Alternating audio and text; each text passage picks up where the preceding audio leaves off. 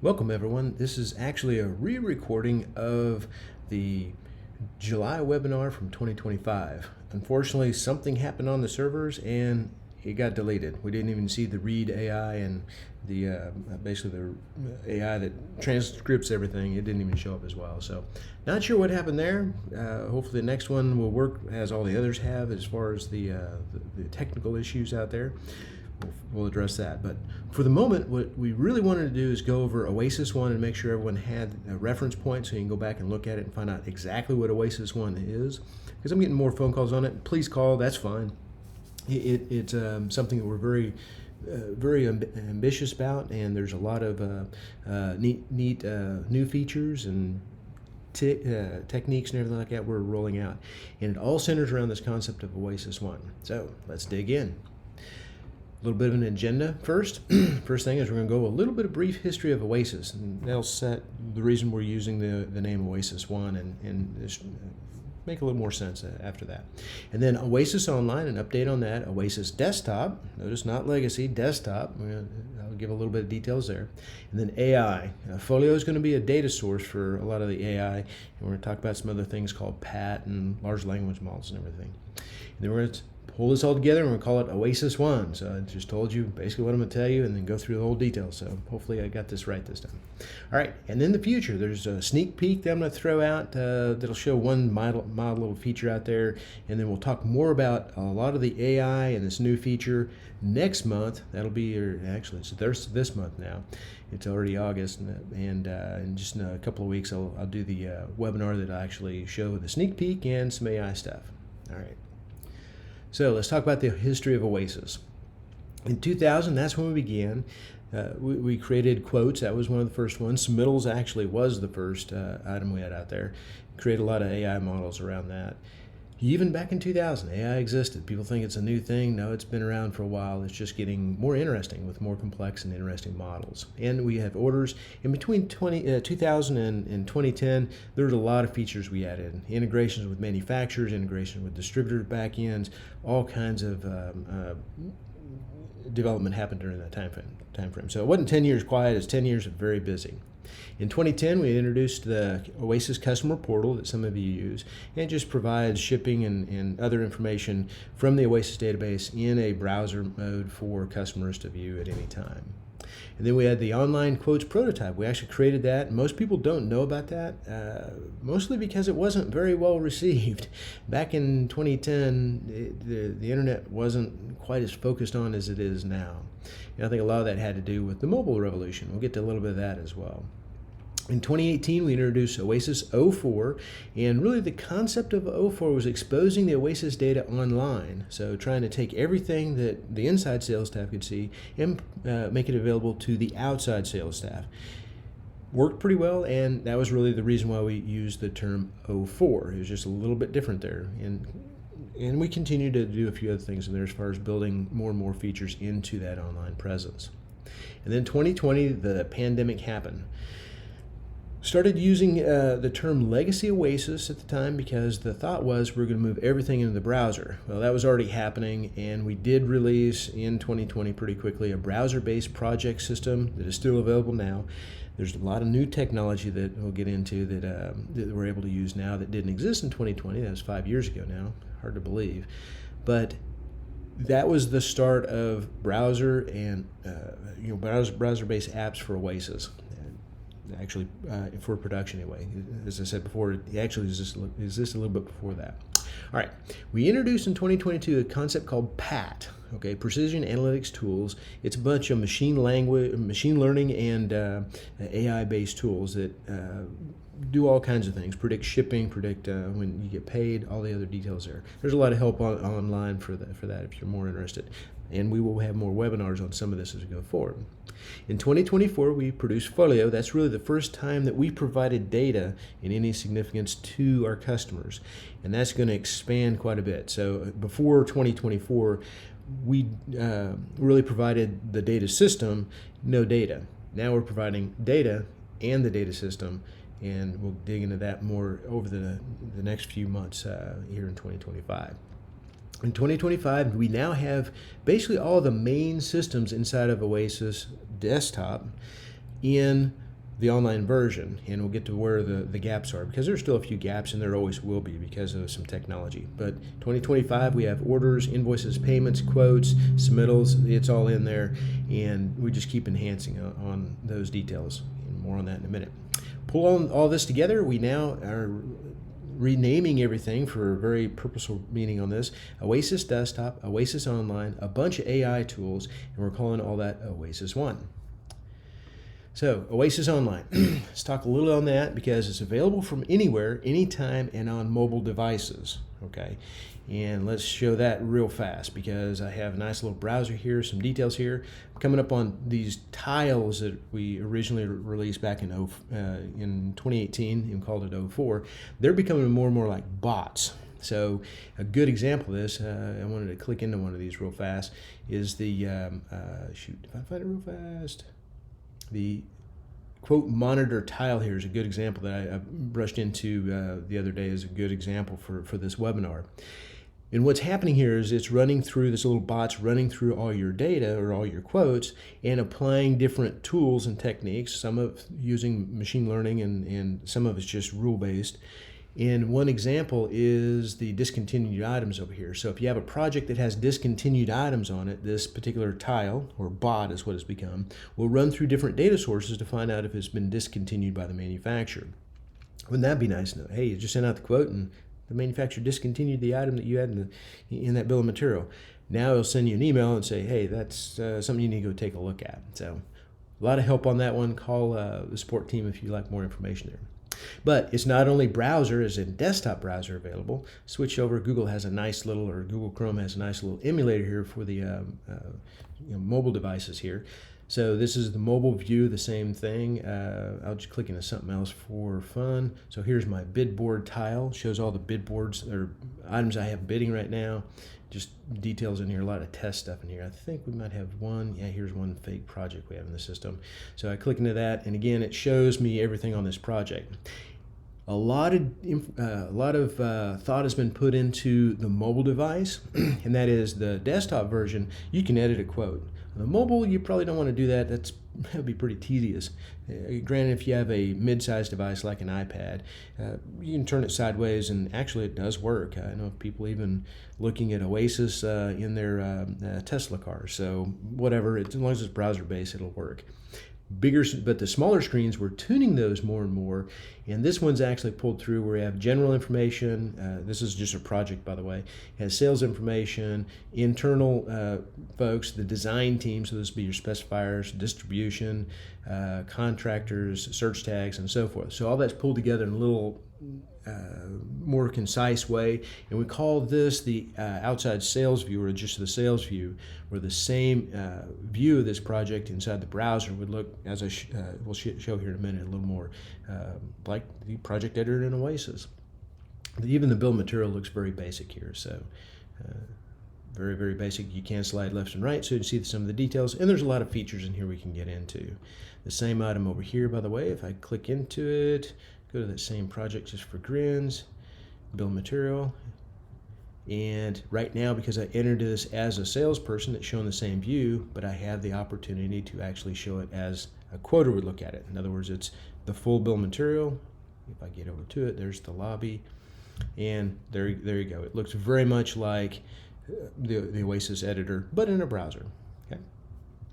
Go back here for a second. So that's OASIS Online. Just a real quick brief on projects for grins.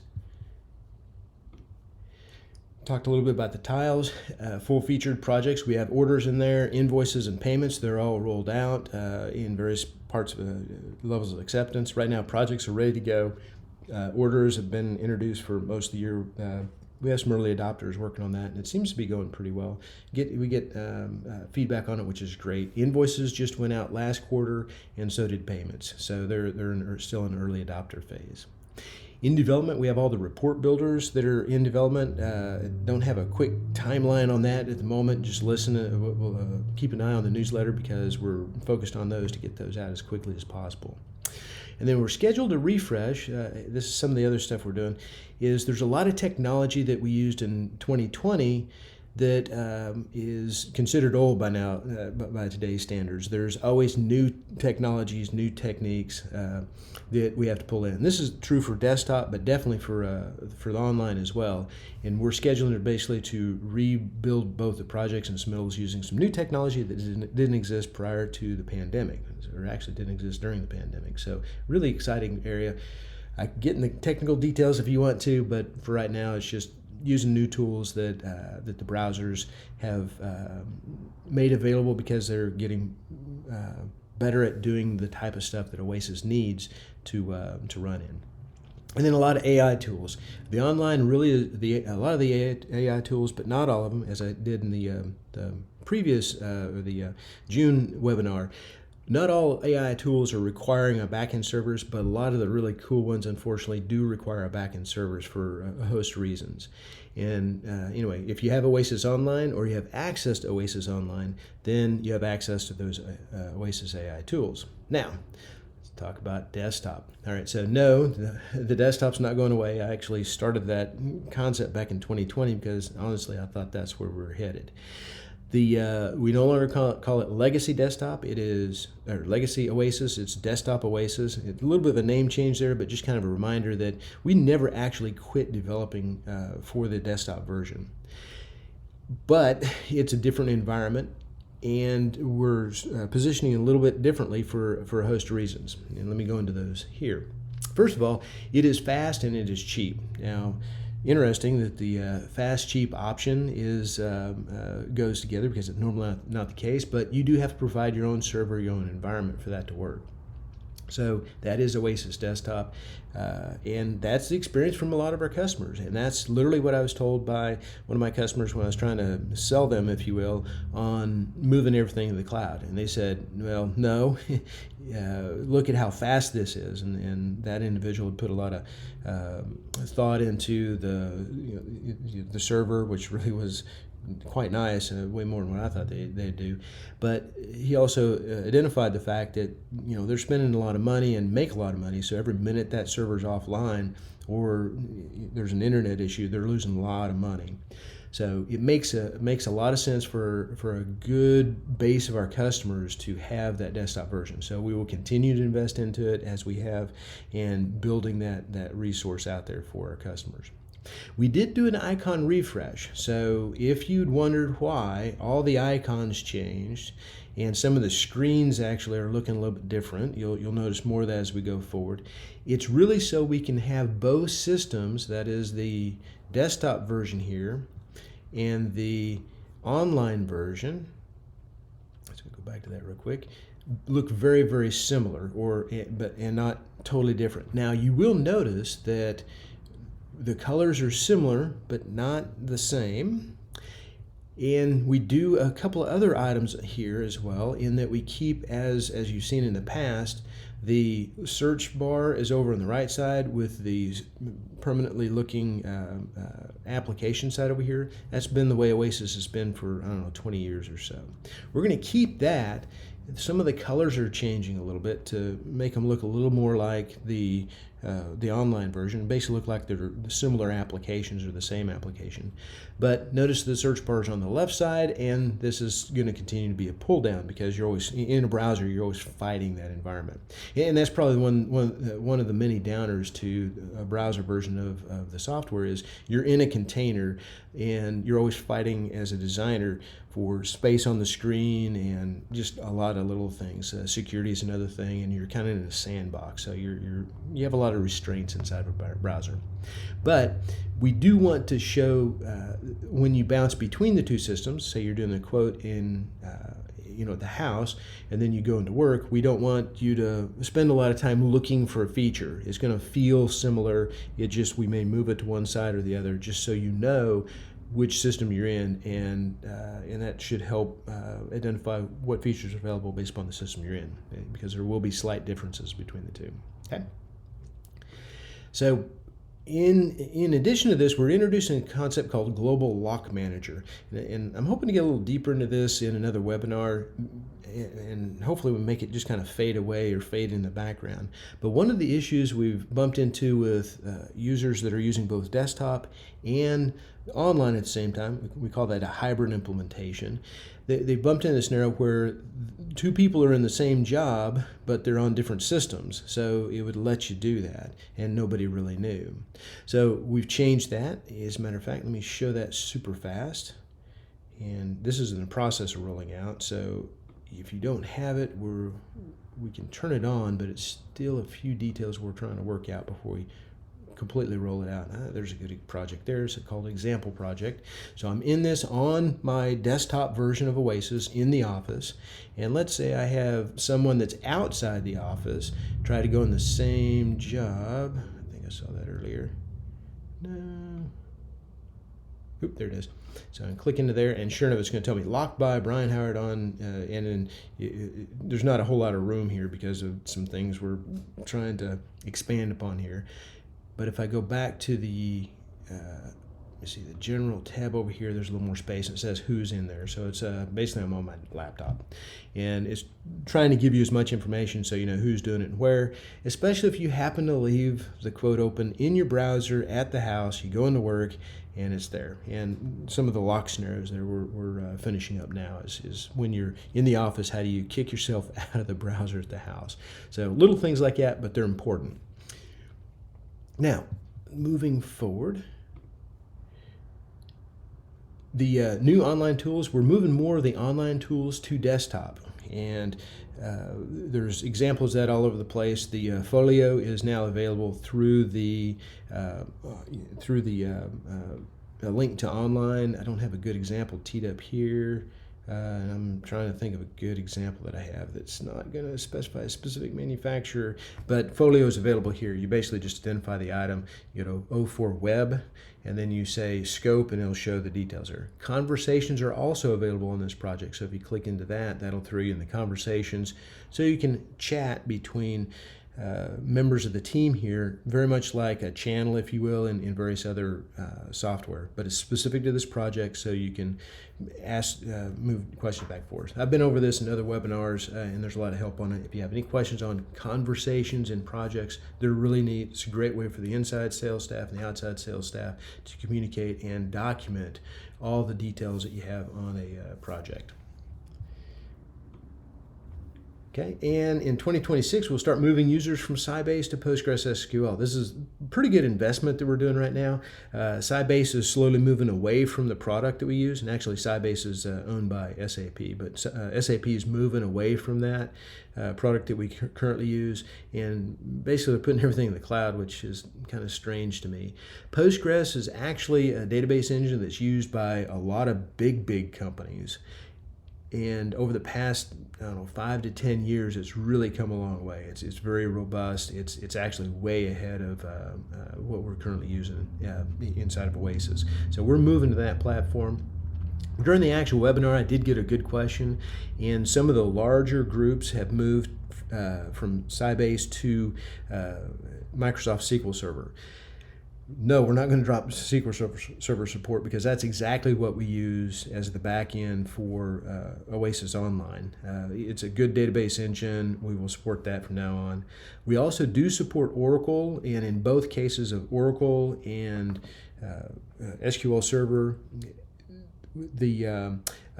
you have to go buy it yourself. You have to maintain it yourself because we're not really set up to manage the sophistication of SQL Server or Oracle from our support department. They're just not able to do that. But if you have the need, and a number of our customers are big enough where they have an IT department that manages a SQL Server or a database like Oracle, then we can plug into it. But it's really just those two that we have right now. So it's Microsoft SQL Server and Oracle's database engine. That's both enterprise and the SE version of Oracle.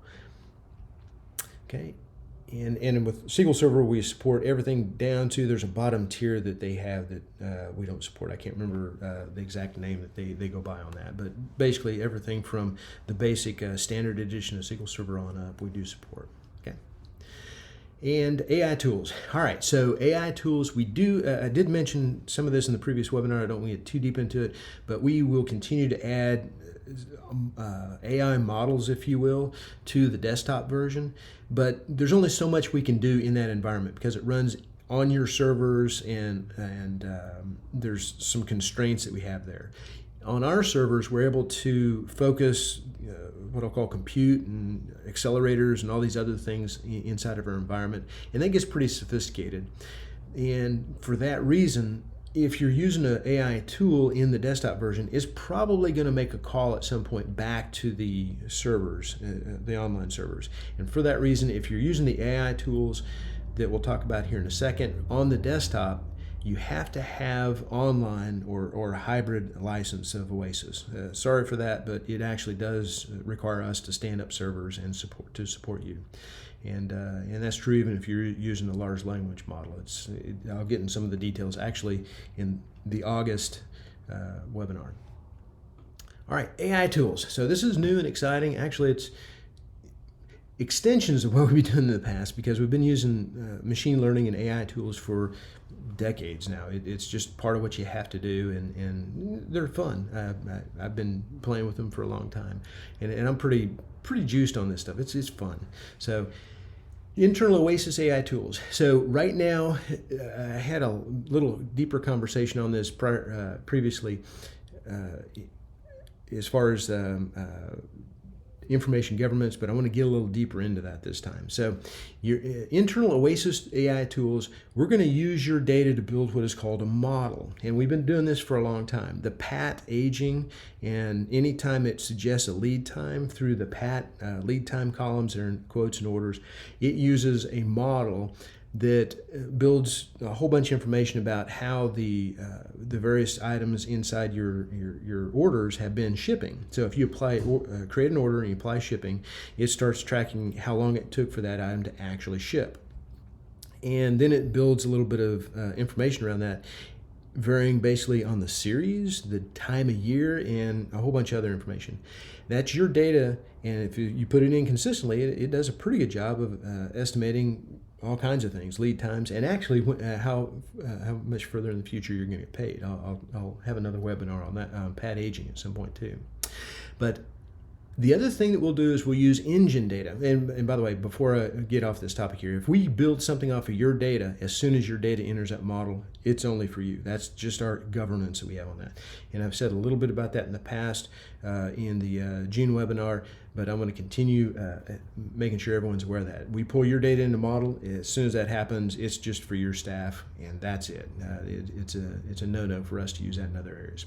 But as I said before, engine data, in particular Folio data, we will actually build more and more models for you, and we'll provide our data. And that's just part of the services we're dealing with. And we're very, very excited about that, because it opens a bunch of doors that were closed previously. And that opens some doors that we have even when we start working with the large language models, because of a whole bunch of licensing things that you get in the way there, and just simply based on the technology and how it works.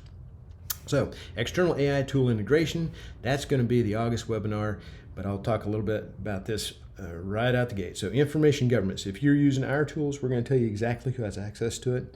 That's just part of the way we go to market. That's the way we've been doing business for 25 years. We're not going to change that. Your data is yours. We build a model off your data. It's still your data. It's just a model of your data. All right. But if you use an LLM, I'm getting a little more than that, I want you to start asking the question, who has your data? Who did you just send it over? What did you just send over? And that could be, depending upon who you're using, a good question, because as soon as it enters the model externally, your competitors have access to it technically. So ask those questions as all this is going, because it's important. All right. So Folio, I want to talk a little on this one. Folio sheets. Right now, the submittals that you have learned inside your system, that is part of this middle model that's inside your system. It's just a real basic model in there. It's a matching algorithm more than anything else, but it's still what some people call AI. I think it's a matching algorithm myself, so there you go. Now, we are using Folio sheets to supplement your OASIS cut sheets, and we've had a lot of conversations with a lot of our customers to really boost the model inside the Folio cut sheet or sheets system there. A lot of really cool stuff, and it's getting more and more sophisticated as we train the model to do more and more. But one thing to think of on this that came out of last month's webinar is when do you want to use your data and your model versus the Folio Sheets model. So there is a global setting. If you're interested in hearing more about this, contact support. You can actually put your model and your data in front of the OASIS Sheets model or the Folio model. The reason why that's important is if you're putting more annotations on there, basically if you're putting more annotations on there to communicate to your customer better, and you want to use those learned items from your database before ours, there is a setting to do that. One example that we crashed into that was really nice is if you don't select, say, a color temp, we will just not put a highlight in that area and we'll continue. So it's ABC dash lighting module dash color temp dash whatever. And if you put a star in that color temp, then the system knows that there's nothing specified there, and it'll go ahead and highlight the rest of the items in there, whatever the options are, whatever. So what some people do is instead of having that blank out there, they'll put a note in there that says, please specify color temp right in that area. We won't do that in Folio Sheets. It's just not something we're going to do. But if you do that and learn it yourself, then you can put that in you can select the option to have yours go first. So then you'll start out with that little piece of information in there. And then if you don't have a cut sheet or yours is out of date, it'll go ahead and fall back and use the Folio data to do that. So it's pretty neat. All right, scope and select. The product data is from Folio. So in the case of scope, and then coming up a little later this year, we're going to do select, which is we're all excited about. That's pretty neat stuff. But we have to do some stuff first on that one as far as getting everybody educated on what's happening here. So it will pull in your pricing data, okay? And I showed this before, don't really have a quick example here, but you do have, let me see, if the select area does show your item in there, it'll show pricing from your system. And that is purely so you can, let me see if I can show this super quick. Let me see, go here, close. June webinar, I think I showed it back then. Let me see. And watch, I probably don't have this real quick. Oh, sure enough. Growl. Don't have a good example. Maybe I do there. Yay, maybe I got this one.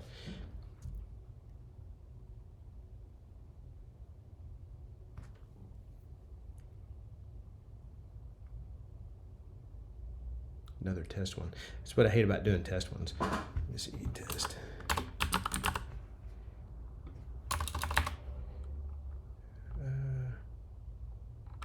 Actually, it's doing it.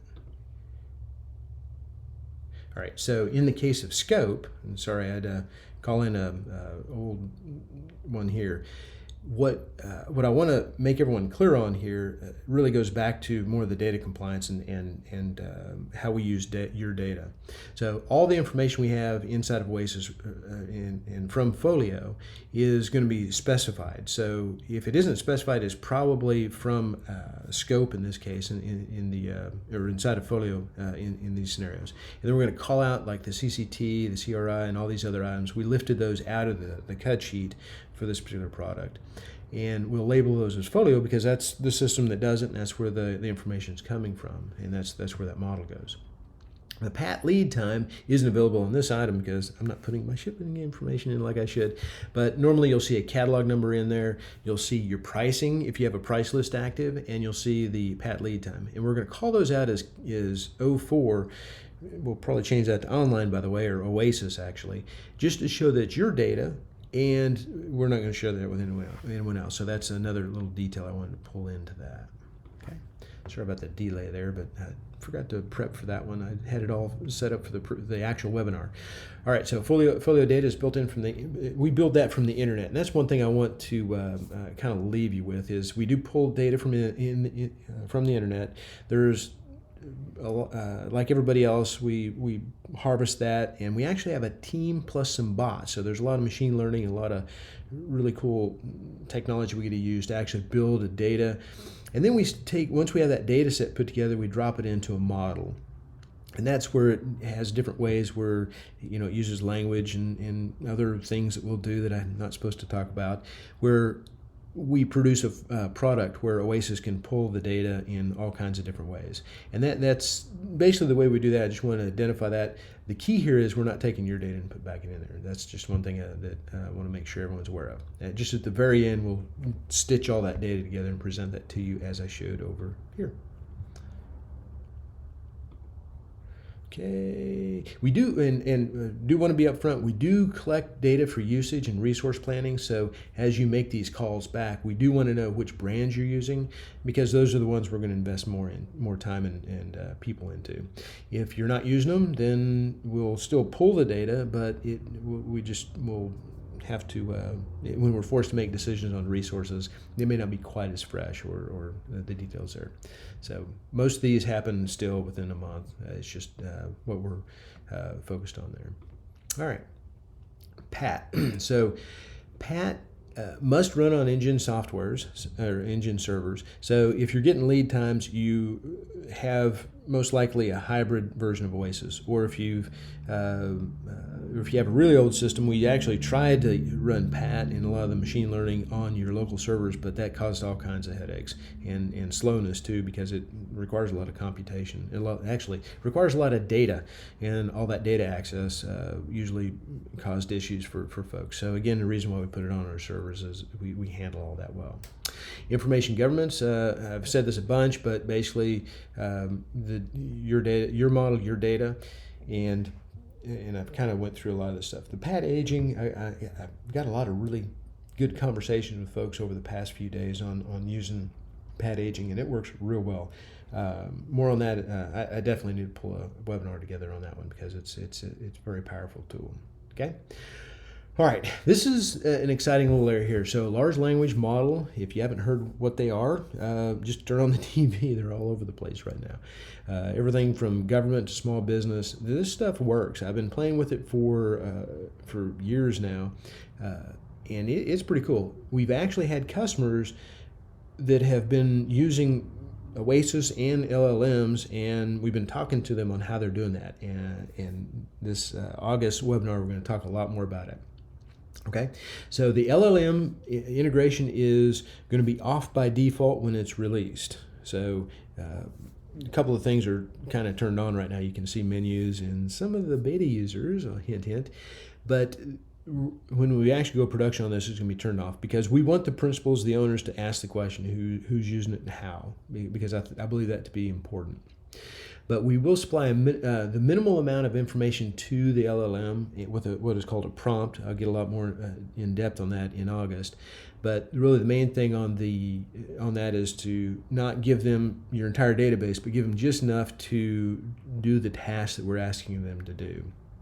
And it actually works out pretty well anyway. The OASIS servers, we still are going to run this through our servers, and there's a big reason for that, because just sending data over to an LLM and asking a question so you can read it on the screen and copy and paste data back into OASIS makes no sense. So we're streamlining all that, and that requires us to design a prompt to go out to the LLM and then bring the data back and put it in a way that OASIS can quickly present that to you. You'll see a lot of that in August. They're generic tools, and if you're not excited about this stuff or haven't really thought about it too much, definitely listen in on that August webinar, because it's pretty exciting stuff, and we're already seeing customers do this. It's really cool. We're just adding more ease to the process and making it easier. Now, at information governance, again, this whole thing about data and your stuff, if you send it over to an LLM, and we're going to support multiple ones as we go through this process here, we want you to ask a question: how are they using your data, and what data are you sending them? Because in most cases, it's not an issue. But if you don't think about that a little bit, then you could end up giving some very important information that you probably don't want out in the wild to someone else. So anyway, I'm going to keep talking through that one, because it's an important detail that a lot of people are talking about. Okay. All right, so what is OASIS One? So we're going to define it this. We're focusing on icons, colors, and layout. That's both between the online version and the desktop version, as I showed earlier. Just so if you're bouncing between the two systems, you're not going to get confused. Added into that, we're going to add more things like the lock manager and some other items we're working on, just so you can bounce between the two systems and not really get lost in where to go click and make something work. The features will be comparable and more comparable over time, but they won't be exactly the same. Online, there are some advantages because we're able to do certain things with our servers that we wouldn't expect you to do. I have a team of people here that are literally looking at the servers and making sure that they're operating properly. Where you may not want to do quite that. It's a chore when you have 3 people that just focus on hardware. And they're not even focused on the real hardware because of contracts we have. That's just trying to make sure everything's working. Okay. But the desktop version also has a lot of features that people really gloss over when they get excited about a browser version of OASIS. That is, you can do a lot more drag and drop. If you've ever pulled in like a 500 meg attachment, for a design of a building or whatever. If you try to do that through a browser, it's probably not going to work if it's 500. Well, it might work for 500 meg. But if you do that in the desktop version, it just eats it up immediately and throws it in your database. And oh, by the way, if you have hybrid, it puts it in the cloud so you can see it from the cloud too. So it just is more efficient from the desktop in some cases. So it's pretty fast. Okay, many of the AI features are coming out as a part of this OASIS One initiative. So you'll have the online version of OASIS, the desktop version of OASIS, and if you happen to have online and actively using it or not, even from the desktop version, you'll have these new AI tools. Those will begin rolling out at the end of October, and we're pretty excited, the new ones anyway. And we're going to expand on the AI tools we already have in the system and really make those go. So OASIS Online is going to be required for the tiles and bots, AI, as I just mentioned a moment ago. That includes both PAT and the LLM integration. Look for some really cool stuff from PAT at the end of the year, too. I'm super excited about that.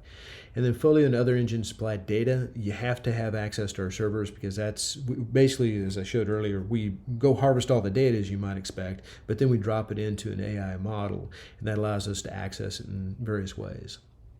So API access, there'll be a webinar. I'm running out of months, so in the future, I'm going to focus on how to use Excel and other tools to actually pull data out of OASIS to really supplement anything you're trying to do with reporting. I've done these in the past, but it's time to do another one. But the main thing is OASIS Online is required for that API access. You can't just do it with desktop. It's not possible. The customer portal is required for the OASIS Online. And then another thing that we have a lot of folks reconsidering is if you happen to have a desktop version of OASIS, one thing that we do with OASIS Online is we actually make 2 copies of any data you store with us. So if you're sitting there with a 500 gig database and you wonder what will happen if if you're in a tornado area or hurricane area or whatever, if you have the data with us, we're going to put your data in 2 more data centers, and then if you have a fault, you can call us and we'll send you a copy of your database. But at the same time, you'll have the online version, so you're really never down, which is really cool. And unfortunately, this has happened over the past 12 months. It's been pretty busy around here just sending people hard drives to restore their data, and not fun.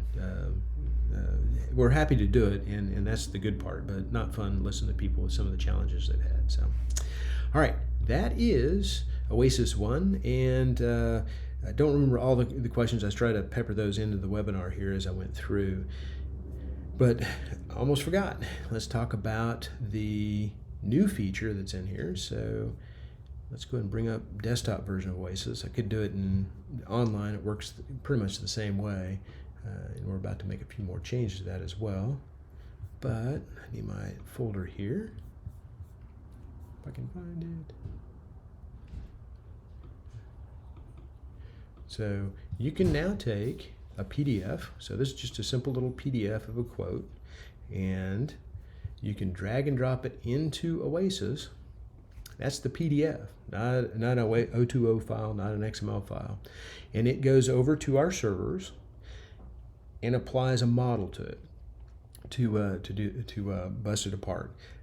Within our models and the way we're working with this, we're pulling more and more information as you'd expect. So the project name, the location, looks like we have a little issue there, the quote, and then the bill of material, and that one didn't have any pricing on it. It's just something I pulled together real quick. You'll notice some people are already trying this, which is real cool, and contacting us saying, well, it works with this, it doesn't work with that. I'll explain why some work and some don't work, and then how to make it work for more and more of your PDFs as you start pulling them in. So you can get a bill of material and have to rekey all that information.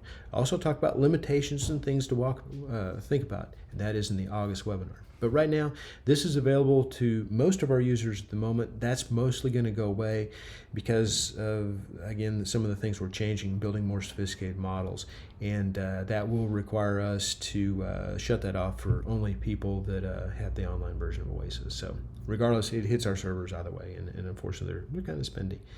So that's the new tool. Give it a shot. Click the import button. You may get some questions. Kind of play with it a little bit. August webinar, we'll dig in a little deeper of what's going on. And I will leave you with one more item here. That is OASIS One. It's basically the desktop version of OASIS, the online version of OASIS, and a whole bunch of AI tools. We're pulling all that together in OASIS One, and we sure hope we're able to provide what you need to build a bigger and bigger company. Thank you for your time.